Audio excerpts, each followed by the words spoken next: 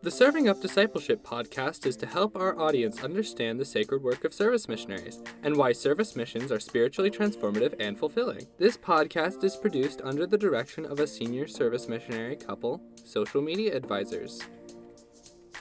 All right, welcome to Serving Up Discipleship podcast. We're here with another episode. I'm your host, Elder Price, and Elder Lewis co-hosting. And today we have a very special guest. This is Elder Nielsen. And he happens to be part of the social media council group that we all are a part of. So we wanted to bring him on today and interview and talk with him about his experiences as a service mission, as well as being part of the council. So we'll go ahead and get into that in a minute. But Elder Nielsen, welcome. Well, good to be here. Thanks for being on. We're excited. We're excited. So. Well, if you want to just give us a brief introduction of yourself, where you're from, that sort of thing. Sure. You already said who I am, but I'm Elder Nielsen. I've been serving for 22 months, so I'm kind of nearing the tail end of my mission. I originally started serving in the Idaho Pocatello mission.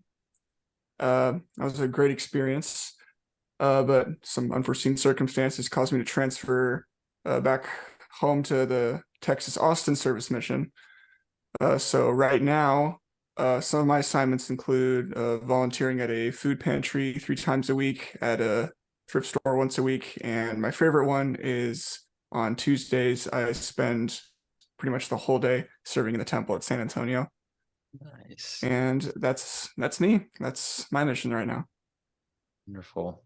Well, we're grateful that we're able to catch you in your busy schedule and get you on here to talk a little bit more about service missions. So, well, awesome. I think Elder Lewis, he kind of covered part of the first question we had, but I mean, you he can stole go a question from me. How dare he?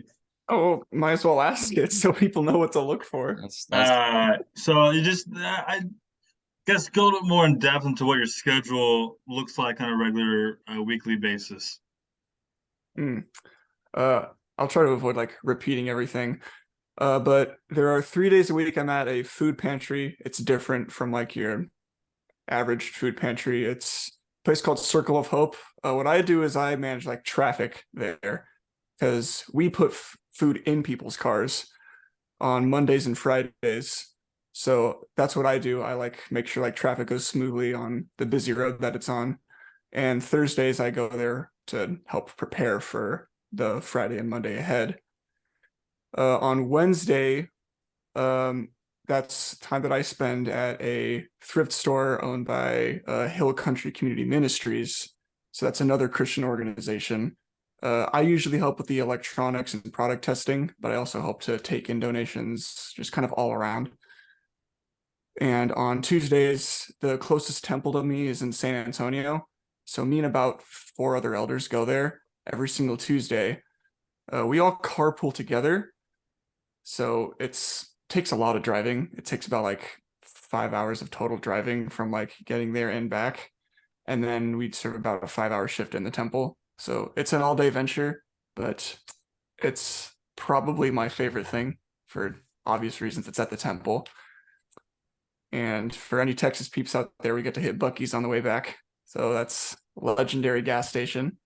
We got Buc-ee's in Florida too, so No, you don't. Love that Buc-ee's. No, you don't. I have no idea what this is. I don't even get this up north. It's a super big gas station that essentially everywhere. Oh, so it's just like a super nice gas station, huge, and man, imagine a mall as a gas station. Ooh, that sounds luxury. That sounds like it's awesome. Wonderful. So yeah, that's my weekly schedule usually. Yeah, so I was gonna mention, as you said, the temple, but I think this is kind of a reoccurring theme. If the audience can start seeing this a little bit, temple seems to be a lot of our favorite assignments. I think every single person we've interviewed said that if they served at the temple, it was their favorite assignment. So I mean, why wouldn't it be the favorite assignment, right? Exactly. It's the temple. It is the temple. I mean, you can't beat the temple. It's not possible. So we love the temple. Don't even try. Yeah, just don't. It's good. Ideas of other places to serve. Temple. That's the best one. So, well, wonderful. Thanks for sharing with us a little more in depth about your schedule. It's a lot of missionaries, it's fun to see other people's schedules and kind of like see theirs and see ours and see how they are different or similar.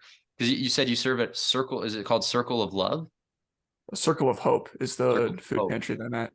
Interesting. Okay. Do you serve, like, do you guys have a Bishop Storehouse down there? We do, and it's actually closer in proximity than Circle of Hope is from me. That's just one that some other missionaries spend their time at, and I personally really like Circle of Hope. I've gotten to be real good friends with a lot of the people that I serve with there. It's just kind of got a special place in my heart now, and I feel like even after I'm done serving my mission, I might on occasion just go there to help out, just because I really enjoy it, and I just love the people there. Lifetime of service, right? This is what we're building. This is what service missions build. Lifetime of service. I wanted to ask real quick too. Is that run by, like, is that a Christian organization that's run by, or is that just a community, or? It's kind of more community. Okay. If I were to say. Gotcha. The only reason why I ask is because this was brought up in a meeting that I had with my service mission leaders here in Cedar as we were discussing some new missionaries coming in and talking about their schedules. And one thing that was kind of made known was, sometimes it's really good to serve at other places and other organizations, not just within the church. And the reason for that is because there's an example that can be set.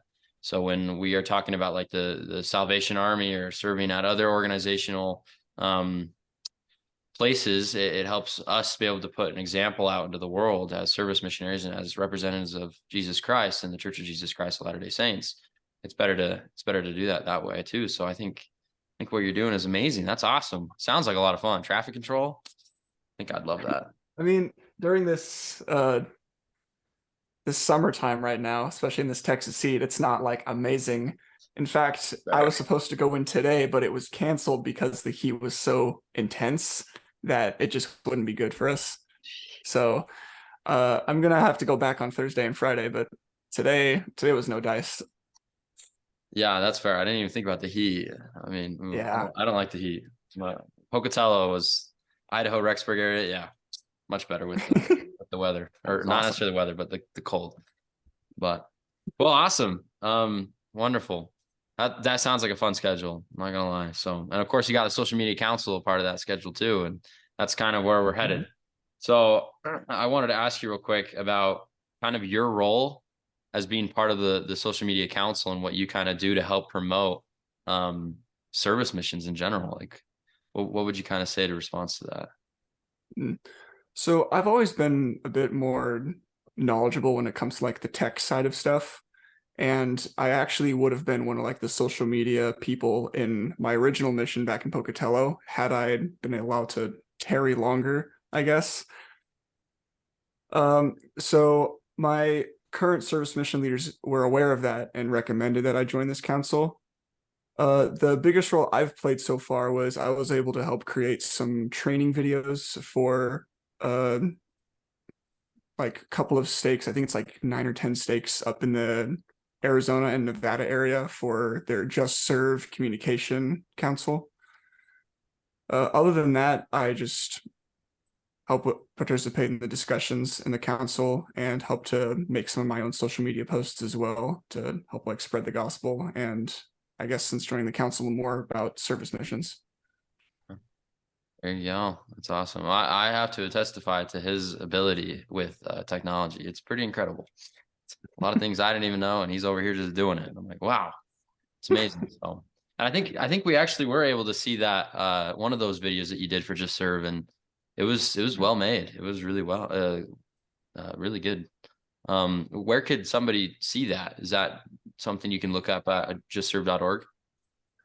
Right now it's like private use only. It's just used internally for those in that area that kind of want an example of how one of their training meetings would look.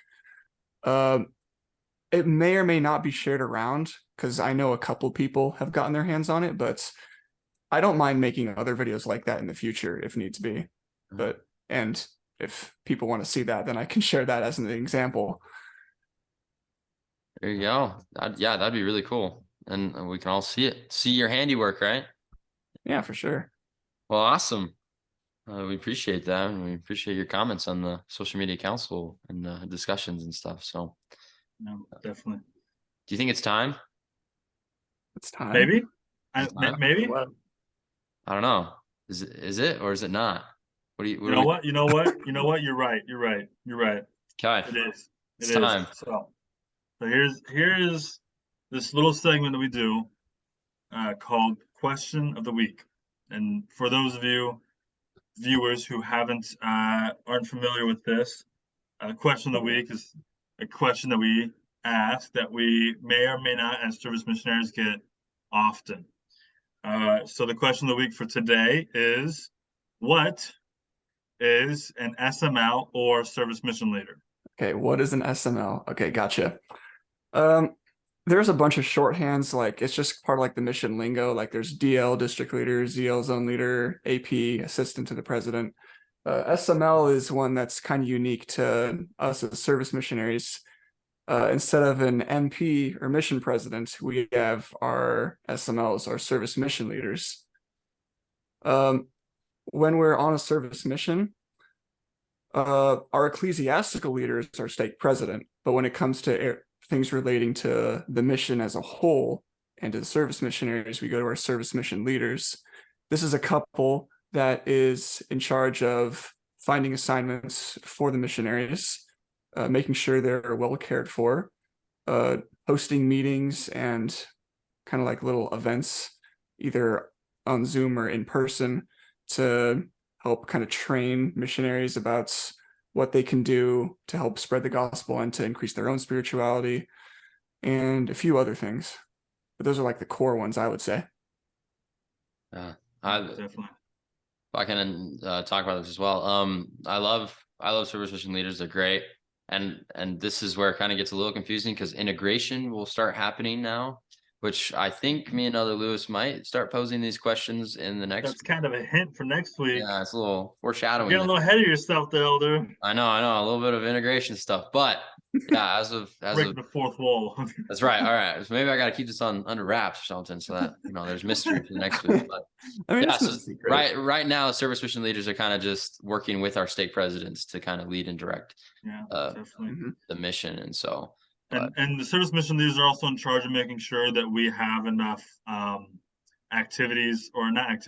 service assignments to do, and they help us find them and cater them to our needs. So it's a lot more helpful than just trying to find it on your own, right?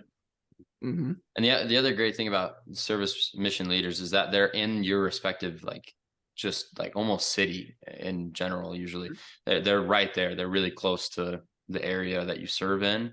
And so instead of it being, an hour away or a couple hours away or something, at least in Utah, I don't know, maybe your guys is different. Maybe it is bigger, but in Utah, most of the service mission leaders are within about an hour of the area that you serve at. And so mine's 30 minutes away from me. So yeah. See, they're assigned to the same area city that you serve in. And so it helps to work with them that way. And they keep you happy and keep you rolling, right? Mm-hmm. So, well, wonderful. I think, if anybody still has more questions about SMLs or just anything else, don't forget there is an email that is put in the bottom of the description on every YouTube video. Go write an email, go ask a question. We'll answer it within probably the next week, honestly, or 2 weeks. But it will get answered. It will. We 100% will answer them. So pointing at you. I don't know who I'm pointing at, but exactly. Somebody out there has a question. Please just ask it. There's no problems with asking. We will answer. Ask and you shall receive, right? It's important. So, okay. Well, I wanted to ask, I kind of want to go off script here for a little bit, but I want to see, well, maybe I shouldn't. Let's do this first. I wanted to talk about how, as a council, since all three of us are council members for the social media council group. So how would you kind of describe how the council is working to clear the stigma that is put upon service missionaries or to kind of put service missions on the map? How would you kind of say that that's kind of a goal of ours, or how we're doing that, if that makes any sense? If you want me to reword that, I definitely can, but sorry, where it's kind of weird. I think it, as a council, since we live in a world of information now, we're here to help get the word out, because a lot of people just kind of listen like the first thing or two and just get like an idea and they stick with it for a while. But with us in this council, our goal is to help find experiences and explanations to help people get an idea that we are just missionaries that are focused more on service assignments. I think it was said best by Elder Bednar. Was it April 2017? He gave a talk about missionaries and the work as a whole. And in every missionary's call letter, it says you are called to the work. You're not called to a place, you're not called to an assignment, you are called to the work. And then later it says you are assigned to labor. And I think that's a very important distinction people need to make. And I think that as a social media council, we can help to make a greater impression on that distinction. Yeah. Does that make any sense? Is that? Oh, it makes sense. 100%. It makes sense to me. I Okay. actually remember that talk. And Elder Bednar saying that. That was one of the ones when I was having a harder time, and I was just like, what is this service mission? Why is there so much differences between the service and teaching, and why is it all different? And then I came across that talk, and it helped me to be able to have motivation to continue and help like really kind of showcase this in a different light, that, hey, these are the same thing. You're called to the work and you're assigned to labor in this aspect. And I love saying this, and I think I've said it almost every single podcast, but the service mission enables some to perform at their full capacity of service. And I think we got to always remember that too, is because, there's so many different ways to serve, and it doesn't matter which way you're doing it. It's blessing so many lives either way. So I love it. And to go along with that, unless you had more, were you about to say something? I did have one more thing I think is kind of worth mentioning. It's kind of more like a personal opinion, but it's just that I think with the way that missionary work is done nowadays, and especially with all the changes going on in like society and the world at large, I think service missions are honestly going to become a lot more popular. In fact, I wouldn't be surprised if there's like a time later in the future when they're just overtaken entirely, because with service, at least in my assignments, I felt like I was able to develop a friendship with people that you can't really get as easily when you're just going around trying to proselyte. And I feel like because I'm able to develop a friendship on a deeper level, then it makes love, share, and invite, the idea of that, kind of kick into high gear. And, I think, what was it? There's a good quote. Francis of Assisi, he is someone that served in the Catholic Church many centuries ago.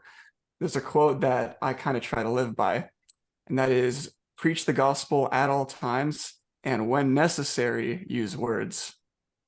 So I think that is just missionary work as a whole. I think that just encompasses it perfectly. I love that. That Yeah. was a little more than I wanted to. Although Nielsen over here prophesying or I something. know. He's over here just like, boom. That's what happened. No, but that's so true. I love that quote. That's one of my favorite quotes. And I think that's why we can start seeing some of these changes that have been made, like the new Preach My Gospel that just got posted out. If you've taken a look at that at all, that a lot of more of it is talking about service. And it's also been changing in the teaching missions, where it's easier to find people when you're going and just serving with doing service. And I was seeing a lot of people that I've talked with that weren't members, and they're like, well, it'd be easier for me to get along with them if they just, if they served and would help us, and then we could build a relationship, kind of what you were saying. I love that, because you're right. And I think that's a key thing, going back to where we serve, not necessarily only within the church, but within the community and with different organizations and with different leaderships. And that brings everything back to us just being an example and helping them find the gospel through a deeper friendship and relationship in that sense. So I think that's a very important comment that you just made, Elder Nielsen. I appreciate that. So, and I wanted to also add, this is on Hands of the Lord now as well, a post that we made, and it was about a sister that made a comment, made a Facebook post about her entire just how she's overcome some of the challenges of her being a part of the service mission, and maybe some of the stigma that has been involved with that. And it is such a great post that you can go and look at, because it goes into, what are we lacking, or what am I lacking? And then to realize that it's not what we're lacking, it's what we're gaining, and the strength that we have. And it's a really good and powerful thing. And that's part of the reason why we have a social media council, I think, is to just flood the internet and flood the media with uplifting and good things. Because I mean, you can go on the media at any time you want, and it's flooded with everything. It's a lot of terrible and bad things, but that's kind of the goal for us, is to flood it with good and uplifting, and help others see the light of Christ in that way. So I love it. Definitely. Yeah. Definitely. Well, I think I've got one more question, and Elder Price has got the last question. Yeah, go ahead. So you're almost done. You're towards the end of your mission. How have you grown as a person and as a disciple of Christ during your service mission? Mm. That is a really good question.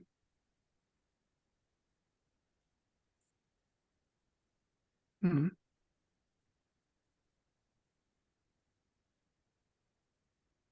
I feel like I have grown in a lot of ways that I can't properly express, because like some of them are like really personal, but I think the biggest one is I think I've learned the best way that I can integrate God into my normal life, I guess.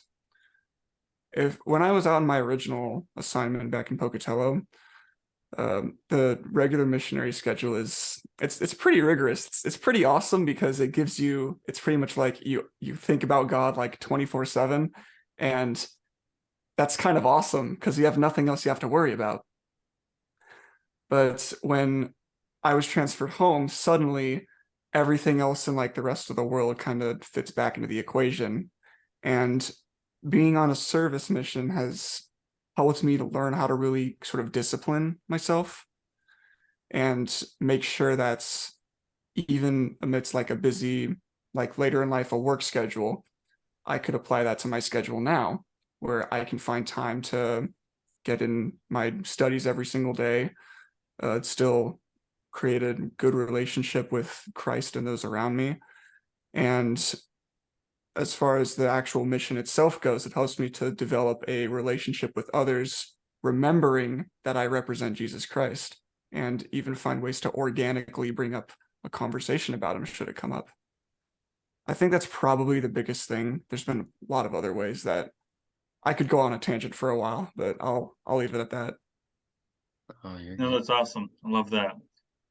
Yeah, that's the hard part, right? Yeah. I've known many missionaries who came home from their missions and they went off the deep end, or they went and did whatever. And I think it's because they didn't learn how to do what you just said, to integrate um, their life into their mission life. And I say it like that because God should really be coming first, right? And so if Mhm. we integrate life and school or work or whatever else we have into, doing our prayers, doing our scripture studies, putting God first, then it becomes easier to follow God. So Yeah. And yeah, I think going along with what you both just said, same thing here. I've known people that have gone on missions and came back or finished their mission, and it's a little different. And I think it might have shocked them a little bit, and they've just have gradually fell away. And I think that's kind of a concern that goes along with being so focused on Christ, and like, and then all of a sudden you come back and you have to readjust back to life plus that. And it's just, sometimes you get a little caught up and you mix it a little bit. And so I think one of the best things to do is to be disciplined like that, and to discipline yourself into life and having the gospel be your number one priority. And I think a great way to do that is I was having a conversation actually with one of the service missionary in my district, and we were talking about this because he was mentioning that a service mission is a really great way to learn how to be in the world, but not of the world, right? So to be in the world, but not of it.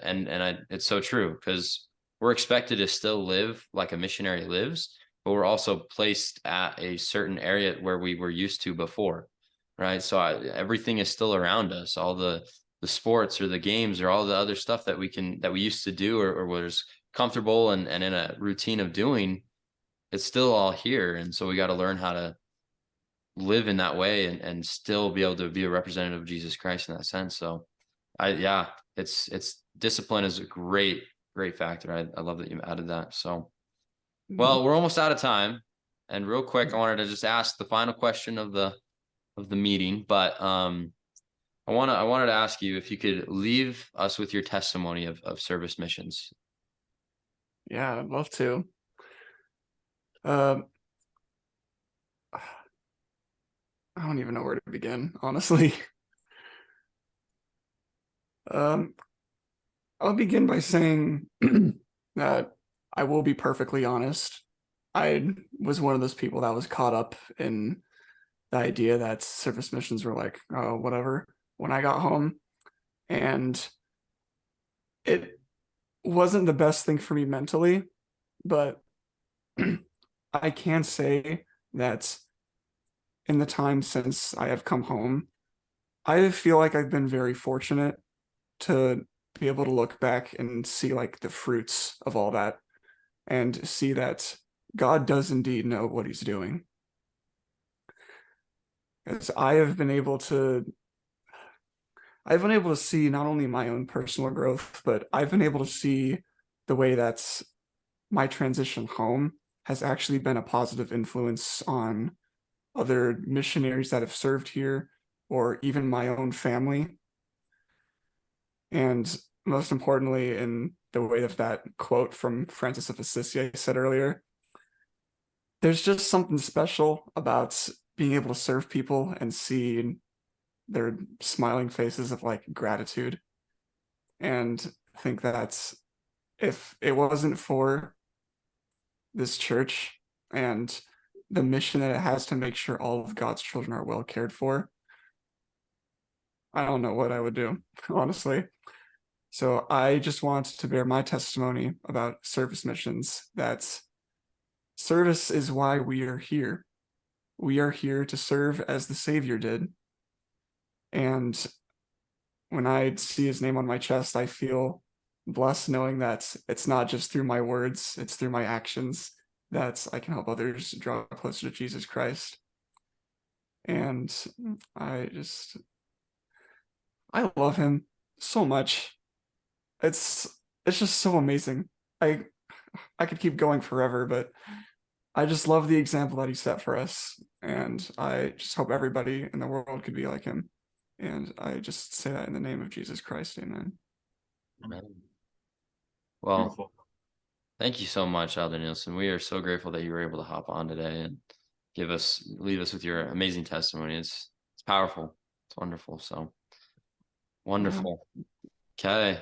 Well, I think I think that's all we got for y'all. Thanks for the invite. Of course, no worries. As always, serve up some discipleship. Until next time. Thank you for taking the time to see or hear this podcast. Your hosts were Elder Lewis and Elder Price. Your editor is me, Elder Gibby. If you want to see clips from the show or other service mission related content, please look for the Hands of the Lord Facebook page. Thanks again for thinking of us, and we'll see you next time.